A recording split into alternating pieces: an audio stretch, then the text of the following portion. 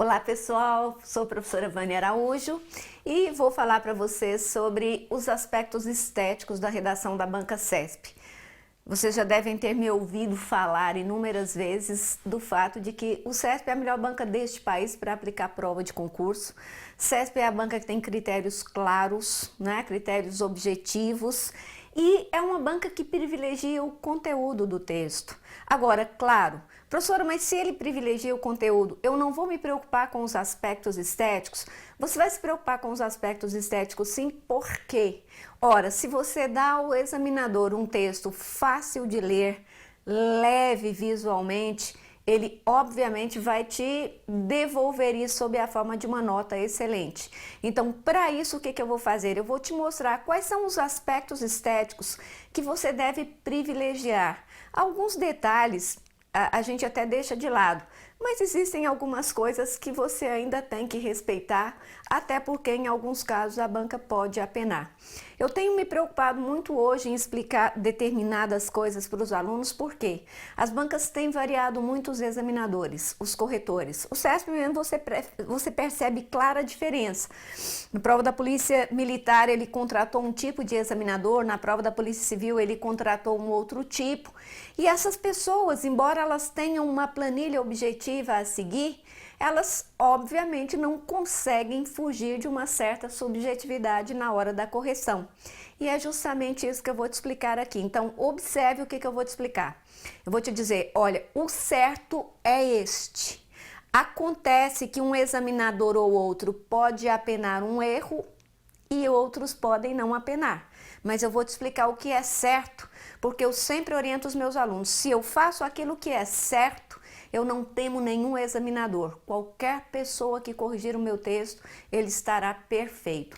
Então, vamos ver aqui agora estes aspectos essenciais. Primeira coisa, né? A margem. É preciso que você obedeça rigorosamente as margens, né? E, inclusive, quando você for translinear, você tem que procurar encostar a palavra ou a sílaba na margem e nunca extrapole, porque extrapolar a margem será objeto de apenação. Então tome muito cuidado, nunca extrapole, nunca ultrapasse a margem. Agora, olha só o tamanho padrão de abertura dos parágrafos. Minha gente, isso aqui é preciso que vocês fiquem muito atentos, por quê? Porque em algumas provas, como por exemplo na prova do MPU, o candidato que abriu apenas um parágrafo de 1 centímetro, foi apenado. Por que ele foi apenado? Porque o examinador sabe que a teoria literária diz para nós que o parágrafo padrão tem que ter de 2,5 a 3 centímetros. Veja bem, 2,5 a 3 centímetros. Neste caso, é preferível que você peque pelo excesso a você pecar pela falta. Se você produz um parágrafo de menos de 2,5 centímetros, você pode ser apenado por isso. Se você extrapola um pouquinho, não será apenado. Obviamente, ninguém abre um parágrafo no meio da folha, né? Então, até 3 centímetros está de bom tamanho. Professora, como é que eu posso abrir esse parágrafo de 2,5 centímetros? Eu vou pedir ao Danilo que jogue a câmera aqui para mim que eu vou te mostrar. Os meus alunos normalmente utilizam aquela tampinha da caneta Bic, né? O rabinho da tampinha da Bic tem exatos 2,5 centímetros. Mas imaginemos que você não leve uma caneta Bic. Como é que você vai saber que tamanho de parágrafo você deve abrir? Você vai pegar aqui, ó, a última falange do seu dedo indicador e aí você coloca esta linha na segunda margem depois da numeração. Porque a banca ela vai te dar duas margens, uma que traz os números e você vai colocar essa linha que caracteriza a última falange do seu dedo indicador em cima dessa segunda margem e você terá exatos 2,5 centímetros, não tem erro. Vamos voltar para o nosso material. Aí está, rasura. Se você errar, você vai passar apenas um traço sutil em cima da palavra errada. E aí você vai escrever na frente a palavra correta. Você não deve fazer rabiscos, não faça marcas. Às vezes eu vejo as pessoas errando e colocando entre parênteses. Isso é errado, porque isso é considerado marca. A única forma de você não ser apenado é passando este traço. E eu vou inclusive te explicar por quê. Vou pedir a câmera aqui para mim. Eu vou te explicar por quê. Quando você comete um erro e passa um traço em cima da palavra, na verdade você está dizendo ao examinador: eu cometi o erro, me ative a este fato e estou anulando a palavra. Então, eu estou anulando o erro. Passou o traço, você anulou o erro. Nenhum problema. Você não será apenado por isso. Alguns alunos me perguntam: professor, é verdade que eu só posso passar 5 traços no máximo? Não, isso não é verdade. Professores dizem para você passar apenas 5, porque senão você vai acabar comprometendo a estética do texto. Agora, use o seu bom senso, você já usou seus 5 traços. Cometeu um novo erro, você vai deixar aquele erro crasso? Não, você vai anulá-lo com este traço. Então, observe o que eu estou te dizendo, este traço serve para anular o erro, você não poderá ser apenado. Esta é a única forma de você não ser apenado. Vamos imaginar que você erre toda uma linha, e isso é possível que aconteça, que você erre toda uma linha. O que você vai fazer? Você vai passar um traço na linha de fora a fora, você não vai cortar palavras, você vai passar um traço na linha de fora a fora, porque aí você estará anulando aquela linha. Professora, se eu cometi o erro, anulei uma linha, eu posso escrever mais uma para compensar? Obviamente que não, aquela linha ali já foi perdida, até porque hoje o CESP ele te dá um formulário que já contém 30 linhas, não tem nem como você extrapolar, nem que você queira, não é? Vamos para o nosso material de novo. Sobre a letra. A letra precisa ser legível e de tamanho normal. Não aumente nem diminua de acordo com o número de linhas exigidas. Letra legível e de tamanho normal. Professor, eu posso fazer letra de forma maiúscula? Vamos lá, letra de forma maiúscula. A letra da professora não é tão bonita assim, mas pelo menos serve para exemplificar. Você pode fazer toda a sua redação em letra de forma maiúscula, agora guarde bem, letra de forma é separada, porque ela é uma letra universal, então você não deve juntar uma letra na outra, elas são separadas. Você pode fazer letra de forma minúscula, pode, letra de forma minúscula, toda a redação. Qual é a única ressalva? Quando você for abrir parágrafos ou depois de ponto final, a primeira letra terá de ser visivelmente maior do que as outras. Então, de novo, pode fazer toda a redação em letra de forma maiúscula ou minúscula, com a ressalva de que, ao abrir parágrafos ou depois de ponto final, a primeira letra precisa ser visivelmente maior do que as outras. Professor, eu faço letra cursiva. Sim, o que é a letra cursiva? É aquela que segue um curso e que você só tira a caneta do papel depois que termina de escrevê-la. Então, veja que é esta, teoricamente. Então, você não pode quebrar o curso dela, pode fazer toda a sua redação em letra cursiva. Professora, qual dessas letras aí é mais valorizada pelo examinador do CESP? Nenhuma é mais valorizada do que as outras. O que a banca quer de você é que você produza uma letra legível, facilmente decifrável. Ponto. Quanto à translineação, você vai prestar muita atenção na separação das sílabas das palavras quando você for mudar de linha, né? A separação ela deve seguir as prescrições gramaticais. Eu vou te dar um exemplo aqui rápido de o que eu percebo as pessoas fazendo em relação à separação silábica. Veja bem, aqui está a margem. Aí você quer separar a palavra café. Muita gente coloca um tracinho embaixo da última letra. O que a gramática rege? A gramática rege que ao separar em sílabas, eu use hífen. Hífen. Então, qual é a forma correta, corretíssima para a gramática? O hífen. Agora, o examinador do CESP anda apenando as pessoas que colocam um tracinho embaixo da última letra? Não. Então, você pode optar por um ou por outro. O que a professora está te dizendo? Por um ou por outro. Você não poderá usar os dois na mesma redação ao seu bel prazer. Tome muito cuidado. Outro exemplo que eu quero te mostrar aqui é o seguinte. Às vezes você veio e fez isto, ó. O que você já sabe? que nós não podemos separar ditongos. A gramática nos proíbe terminantemente de separar ditongos. Se você fez esta separação esdrúxula, o que você faz? Um traço sutil, sutilíssimo em cima e vai escrever a forma correta aqui na frente. Porque se você mantiver essa separação silábica, você comete erro crasso. Se passar o traço e anular, tá tudo ok, tá tudo bem. Então, pronto, é só isso aqui, é super tranquilo. Agora vamos aqui para o título. O que a professora colocou aqui para você? Não coloque jamais, jamais, jamais, jamais ponha título em prova do CESP. O CESP não pede título nas redações.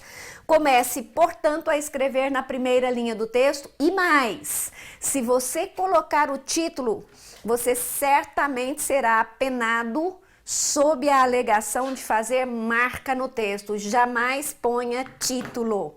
Agora falemos do uso das pessoas do discurso. O que a professora está te indicando aqui? Terceira. O que nós sabemos sobre o texto dissertativo? Que ele prima pela objetividade. Então está aqui a explicação, ó. Terceira pessoa, prefira, pois é a que dá ao texto um caráter mais objetivo. O texto deve ter predomínio da função referencial. O que é a função referencial? É aquela que visa transmitir informações de maneira séria, clara e objetiva.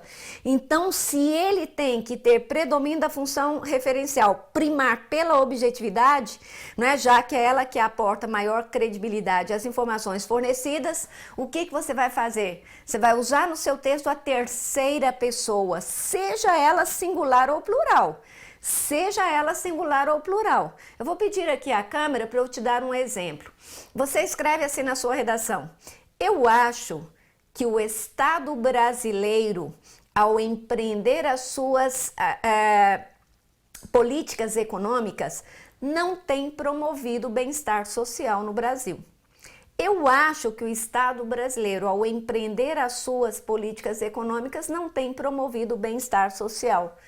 Ora, quando você escreve eu acho, o examinador lê o seu texto e pensa, nossa, só ele pensa dessa forma. Se você produz este texto usando a terceira pessoa, o que você vai observar? Que você vai dar ao seu texto um caráter mais assertivo, mais categórico.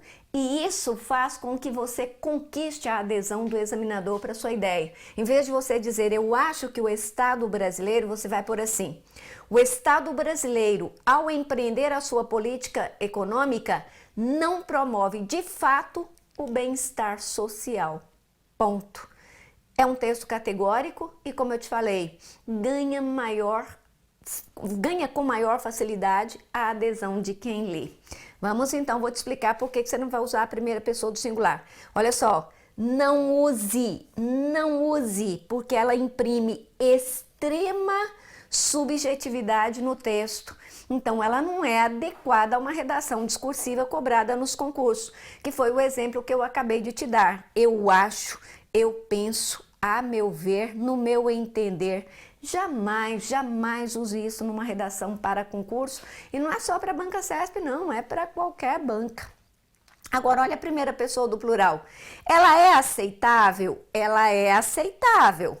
Mas olha o conselho da professora.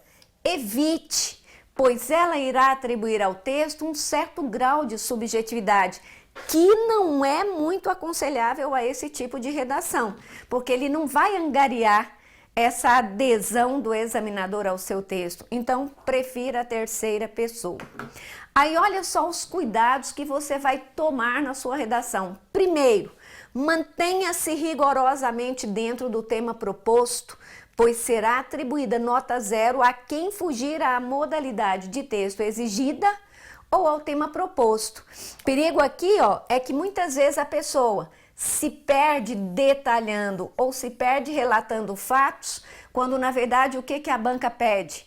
Que ela discuta ideias, já que a modalidade de texto exigida é a dissertação. A outra coisa também que é perigosa, fugir ao tema proposto. A gente acha que a fuga tem que ser total. Não, muitas vezes o CESP apena por haver uma fuga parcial, ou seja, você tangenciou o tema. Então tome muito cuidado, mantenha-se rigorosamente dentro do tema. Professora, como é que eu vou me manter rigorosamente dentro do tema? Seguindo criteriosamente o comando. Segundo cuidado, não construa períodos muito longos ou sequências de frases muito curtas, que podem deixar o texto truncado, confuso e às vezes até cansativo. Quando você escreve frases curtas, você costuma deixar o texto bem cansativo para quem lê. Talvez você até me acuse de ser muito técnica, mas eu falo aos meus alunos, o que é um período ideal? O período ideal é aquele que tem de 2 a 3 orações. De 2 a 3 orações fica fácil de ler, de decifrar. Terceiro cuidado a se tomar: evite a repetição de termos, pois ela cansa o leitor. Utilize expressões ou vocábulos sinônimos. Aqui a gente encontra um probleminha, que é o fato de que nós brasileiros hoje temos lido muito pouco e quem lê pouco fica com um vocabulário muito truncado, muito restrito. Eu costumo dizer para os meus alunos, fica com vocabulário em estado de mendicância, né? Porque conhece o significado de poucas palavras. Então aqui vai o meu conselho: quanto mais você ler, mais você amplia o número de palavras que você pode usar numa redação. Fica perfeito. Aí olha só, evite também a redundância de ideias, que sobrecarrega o texto sem acrescentar nada. Às vezes eu vejo que o aluno repete a mesma ideia no segundo argumento, justamente porque as ideias são curtas e ele quer preencher as linhas. É preferível que você escreva um texto menor a você escrever um texto enorme, redundante, que o examinador vai ler e ter a impressão de que perdeu um tempo precioso, né? Então evite a redundância e a repetição de termos por meio da substituição de vocábulos. Quarto conselho: não utilize frases feitas ou coloquialismos, nem muito menos uma linguagem rebuscada demais. Então, tu tem que ter um meio termo. Você não vai ficar usando frases feitas, você não vai usar uma linguagem característica da fala, mas também não há necessidade de usar a linguagem de Camões ou de Machado de Assis lá no seu texto, né? É uma linguagem culta, mas que não precisa ser muito rebuscada. Frase feita também. Às vezes os alunos acham que colocar frase feita no texto valoriza. Pelo contrário, a frase feita ela desvaloriza totalmente o texto e faz com que você perca um tempo precioso. Quinto conselho: evite argumentos generalizantes ou baseados apenas no senso comum. Professor, o que é um argumento baseado no senso comum? É quando a gente põe no papel aquilo que a gente costuma conversar por aí dentro do ônibus, no metrô, nas nossas conversas do dia a dia, que nós falamos, mas não sabemos de onde aquilo saiu e muito menos conseguimos comprovar. Então isso é baseado no senso comum, isso não tem credibilidade no texto. Então tome muito cuidado, os argumentos que você for utilizar precisam ser fundamentados. Muito bem, sexto e último conselho: evite o excesso de subjetividade. Olha o que é o excesso de subjetividade no texto. Quando você usa infelizmente, com certeza, sem sombra de dúvida. Ora, essa subjetividade reduz o crédito das informações apresentadas. Porque o que é a subjetividade na prática? A pessoalidade é aquilo que exprime um sentimento ou uma impressão unicamente minha. E considerando que a minha redação deve ser objetiva, eu não posso colocar impressões particulares no texto. Muito bem, minha gente, agora nós vamos falar um pouquinho sobre as normas técnicas de referência, porque quando vocês forem usar números, artigos nas suas redações, e é necessário que usem, né? Vocês sabem disso, então é necessário que a gente conheça algumas técnicas de uso deles. Aí está, ó. Quando vocês forem mencionar artigos de documentos oficiais, os artigos de leis, de medidas provisórias, de decretos, de portarias, de resoluções e regimentos, devem ser designados pela forma abreviada ART, com pontinho, olha só, seguida do algarismo arábico e do símbolo de número ordinal, até o de número 9. Né? Então, observe. Artigo 1º, artigo 2º, artigo 3º, até o artigo 9º. Você vai usar números ordinais. É um número arábico com o símbolozinho de ordinal. Perfeito. A partir do artigo de número 10, usam-se apenas os algarismos arábicos, só que seguidos de ponto. Então, você põe o número arábico e põe o ponto. Vamos falar dos incisos. A gente sabe que chegar a esse detalhe de usar um inciso numa redação é algo não muito corriqueiro, mas ainda assim é bom que você saiba como fazer. Aí está, ó. Os incisos dos artigos devem ser designados por algarismos romanos, seguidos de hífen e iniciados por letra minúscula, a não ser que se trate de nome próprio. Então, olha o exemplo. Você quer afirmar lá no seu texto que os juízes gozam das seguintes garantias conforme rezam no artigo 95 os incisos. Então vamos lá. Inciso 1º, vitaliciedade. Inciso 2º, inamovilidade, ou seja, não podem ser removidos. 3º, irredutibilidade de vencimentos, não podem ter seus vencimentos reduzidos. Observação: os incisos são pontuados com ponto e vírgula. Veja bem, incisos são pontuados com pontos e vírgulas, exceto o último, que se encerra em ponto, que está aqui, e aquele que contiver alíneas encerra-se com 2 pontos. Tá vendo aqui, ó, nós colocamos, como eram só 3, um ponto e vírgula e logo depois conjunção aditiva. Muito bem. Agora numerais. Para escrever numerais no texto é bem legal, olha só. Os numerais devem ser grafados por extenso quando constituírem uma única palavra. Então veja o exemplo. Dos 15 processos enviados, 8 já retornaram à seção de protocolo. Quando constituírem mais de uma palavra, os numerais deverão ser grafados com algarismos arábicos. Há 345 processos para serem distribuídos aos desembargadores. Em início de frase, recomenda-se a grafia por extenso, ainda que o número seja constituído de mais de uma palavra, porque senão fica muito estranho você iniciar uma oração com um número arábico, né? Então, o que você faz? Coloque por extenso, ainda que você necessite de mais de uma palavra para grafar. Já o quarto conselho aqui, que é sobre os numerais que indiquem porcentagem. Turma, olha que legal! Os numerais que indicam porcentagem seguem a mesma regra dos numerais. Aí está. A expressão porcento será grafada por extenso se o numeral constituir uma única palavra. Então, olha o exemplo. 30% dos processos já foram distribuídos. No caso do numeral constituído de mais de uma palavra, ele será grafado na forma numérica, né? Ou seja, em arábicos, seguido do símbolo de porcentagem. Então, olha só, já foram distribuídos 32% dos processos.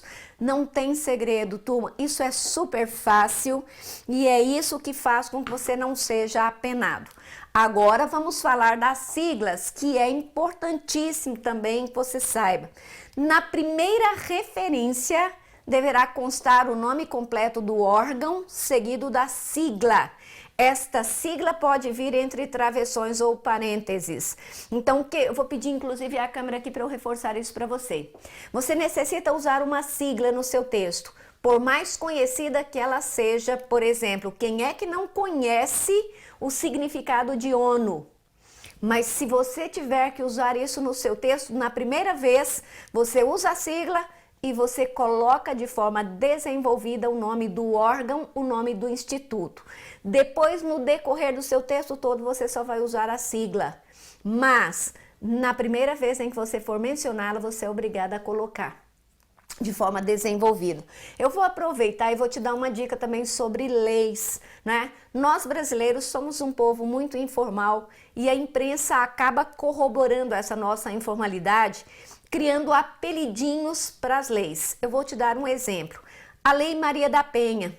Todo mundo é acostumado a usar só o apelido, mas se eu necessitar usá-la no meu texto, eu não posso, nessa informalidade toda, colocar apenas Lei Maria da Penha. O que eu preciso fazer?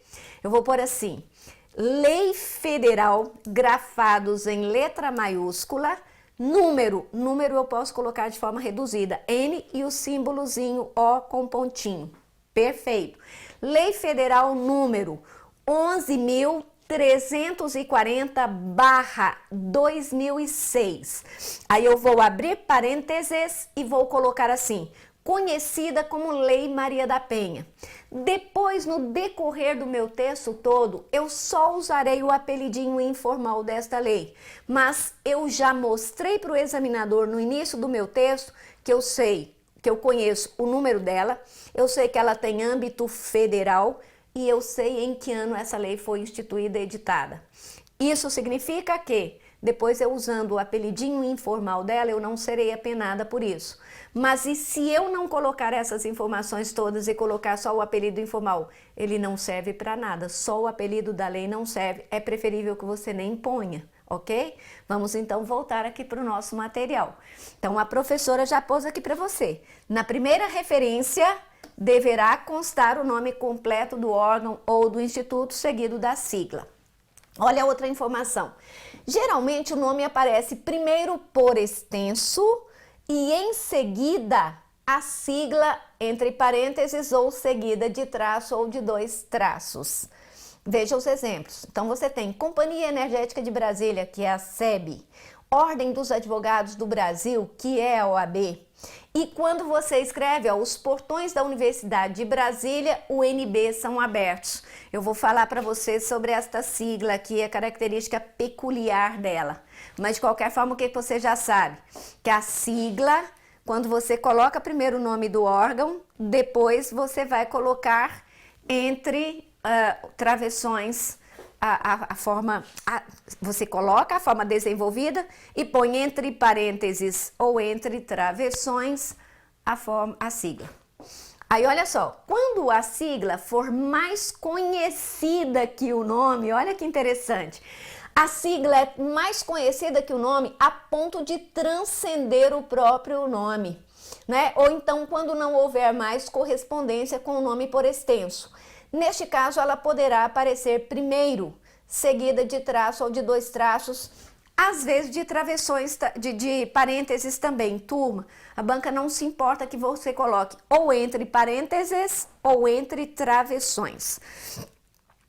Eu até vou pedir aqui a câmera para eu te falar sobre isso. Nas minhas aulas presenciais eu sempre falo para os meus alunos, sabe aquela sigla que já se tornou tão famosa, tão conhecida de todos, que acabou transcendendo o nome do próprio órgão? E um dos exemplos que eu utilizo é o do STF.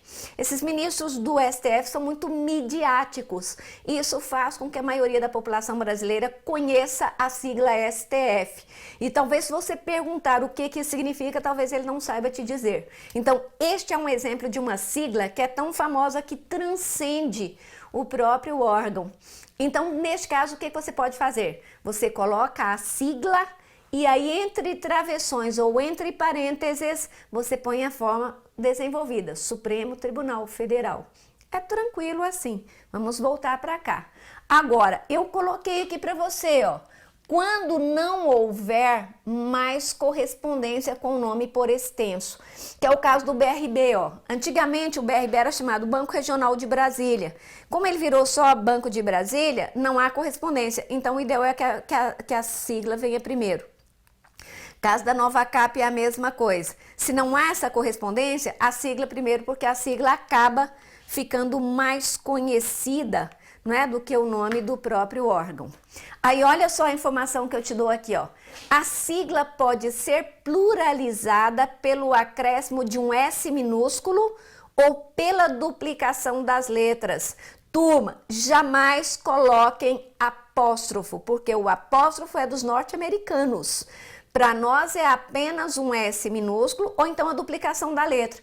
A maioria das pessoas escreve Estados Unidos como EUA, quando na verdade não deveria. Porque aqui o que ela deveria fazer? Duplicar a primeira letra. Estados Unidos é EUU. Polícias Militares do Brasil, PPMM. Membros inferiores, MMII. Membros superiores, MMSS, ou então com acréscimo sem apóstrofo, não é? Um S minúsculo, a pais, associações de pais e amigos dos excepcionais. Não use apóstrofo. Aí, muito bem, se a sigla for composta de até 3 letras, deve ser escrita inteiramente em maiúsculas. Não há ponto entre as letras das siglas. De novo, não há ponto entre as letras das siglas. Então vejam os exemplos. GDF, que é o governo de Brasília, SGA, ONU, UNB, CNPq e ICMBio. Aí o que eu coloquei para você? Nos 3 últimos exemplos, as letras minúsculas são abreviaturas e não devem ser... Faltou um R aqui, professora. E não devem ser confundidas com as letras das siglas. Esse N aqui de UNB é universidade. O CNPq, esse P de pesquisa. E o ICMBio é porque é o Instituto Chico Mendes de Biodiversidade. Então, tomem muito cuidado. Essas regras precisam ser obedecidas também nas dissertações expositivas. Quanto mais corretinho você for, melhor para você, porque como eu te disse, não vai ficar preocupado se o examinador é bonzinho ou malzinho, porque você está fazendo o que é certo. Eu espero que vocês tenham gostado. Boa prova para vocês, boa redação, treinem bastante, porque o segredo da redação é treino. Até mais.